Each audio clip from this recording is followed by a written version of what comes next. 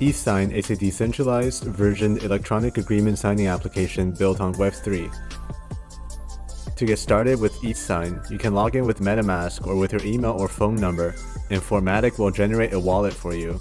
After you are logged in, you will be redirected to the contract list page. This is the place where you can manage and view all your contracts. You can access your Ethereum address by clicking on the profile icon. If you are logged in with MetaMask, you can also switch network with one single click. Now let's start a contract. Find a new contract button on the contract list page. Click and start your contract. You can drag and drop your file to the Dropbox or click on the upload button to select your file. Now you may add multiple signers by simply filling in their Ethereum address or ENS alias. You can see your uploaded file here. You may review and organize the document before you send it to your signers.